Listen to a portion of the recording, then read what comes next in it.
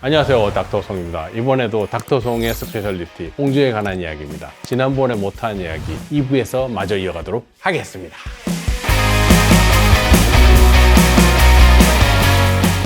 닥터송이 홍조 치료에 접근하는 방법에 대해서 한번 얘기를 해드릴 건데요. 보통 혈관을 제거하고 이러면 홍조 치료의 끝이라고 생각하지만 그렇게 되면 재발률이 너무 높고 금방금방 다시 홍조가 만들어지고 큰 효과가 없어요. 그래서 닥터송은 어떤 점에 착안을 했냐면 홍조가 생기는 원인, 그 주변의 병적 환경을 개선하는 데 중점을 두자라고 생각을 한 거예요. 그래서 진피 환경을 건강하게 개선하면 장기적으로 봤을 때 다시 혈관이 만들어질 때 불편했던 증상들이 많이 감소하지 않을까 하는 생각을 했고, 실제 치료를 하면서 혈관 제거 플러스 진피의 콜라겐 리모델링을 유도하는 걸 같이 했더니 최종 결과물들이 재발 없이 굉장히 좋게 나오는 결과들이 나오기 시작한 거예요. 그래서 이런 케이스들이 점점점 많아지니까 많은 분들이 오셨고, 딴 데서 잘 안 돼서 힘들어 하셨던 분들이 좋은 결과를 얻게 됐어요. 최근에 한 예로 40대 초반의 여성분인데 20대부터 20년 가까이 타 병원에서 홍조 치료에 관한 모든 걸 다 해봤다고 하세요.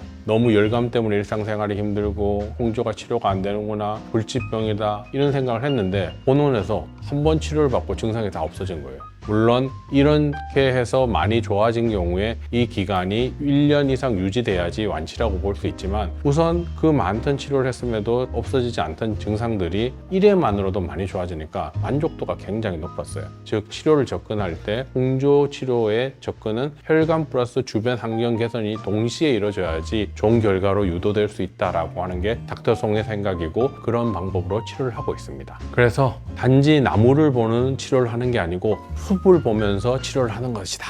아시겠어요?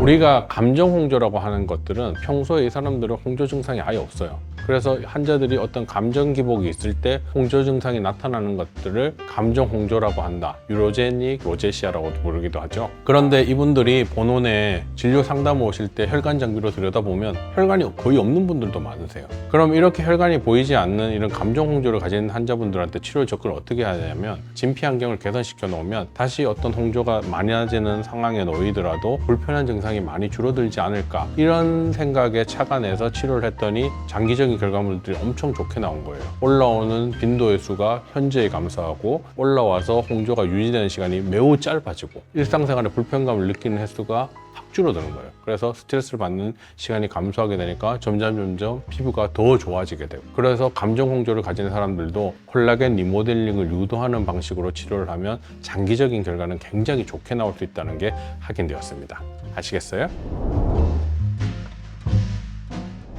우선 코에 레이저를 쏘면 레이저 투과율이 많이 떨어져요. 질긴 피부죠. 그래서 진피 환경 내부로 떨어지는 레이저의 광자양이 굉장히 적어요. 만사산란량이 많으니까 당연한 얘기겠죠. 즉 광자양이 적게 떨어진다는 얘기는 달리 말하면 뭐예요? 혈관 응고를 시킬 수 있는 레이저의 양이 적다. 즉 혈관 제거가 쉽지 않다라는 걸 나타내겠죠. 그리고 코에 유분이 많으니까 상대적으로 염증도 더 많이 생길 수 있고요. 또 하나 갖는 특징이 뭐가 있냐면, 코의 피부는 표피, 진피, 피하지방 이렇게 나오는 게 아니고 표피, 진피 상부, 피하지방, 진피 하부. 피하지방이 진피 사이에 끼어 있어요. 즉 홍조가 있거나 붉은 게 문제되는 사람들은 뭐예요? 진피 상부와 하부에 문제적 혈관들이 많은 건데 그 사이에 피하지방이 끼어 있으니까 레이저를 쐈을 때 진피 하부에 있는 혈관이 잘 안 맞는 거예요. 피하지방을 뚫고 내려가야 되니까. 그래서 이런 것들을 잘 치료하는 게 어떻게 보면 의사 선생님의 실력인데, 이런 것 때문에 코 홍조 치료가 상대적으로 다른 부위에 비해서 어렵다고 말씀드릴 수가 있습니다.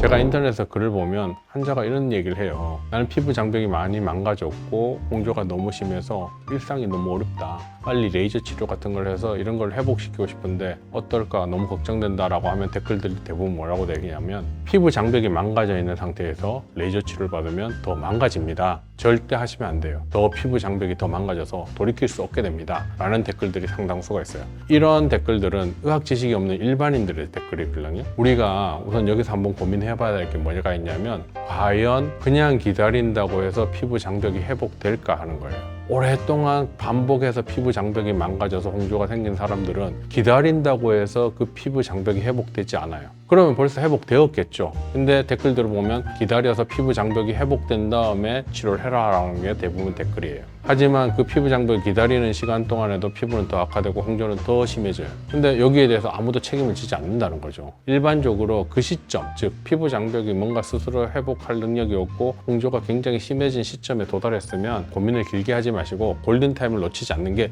매우 중요합니다. 즉시 병원에 가셔서 치료를 시작해야지만 더 악화되는 것을 예방할 수 있습니다. 아시겠어요?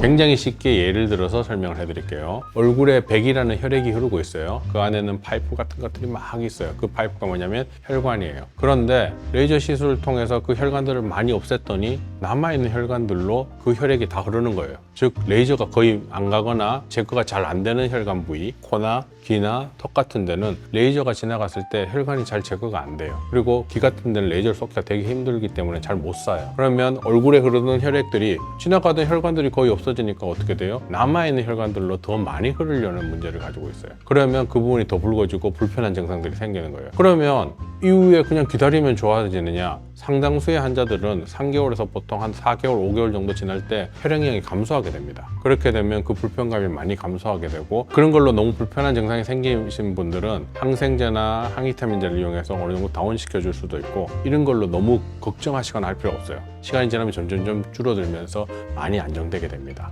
그래서 얼굴에 혈관이 너무 많은 사람들이 일시적으로 너무 갑자기 많이 파괴될 때 나타날 수 있는 증상이기 때문에 너무 겁먹을 필요가 없습니다. 아시겠어요? 1, 2부를 통해서 홍조에 관한 궁금한 얘기를 많이 해결해 드렸어요. 하지만 그래도 궁금한 게 있을 수 있겠죠? 그럴 때는 네이버 카페 모두의 피부에 오셔서 많은 질문을 남겨주세요. 아는 데까지 답해 드리도록 하겠습니다. 그럼 저는 다음에 뵐게요. 안녕.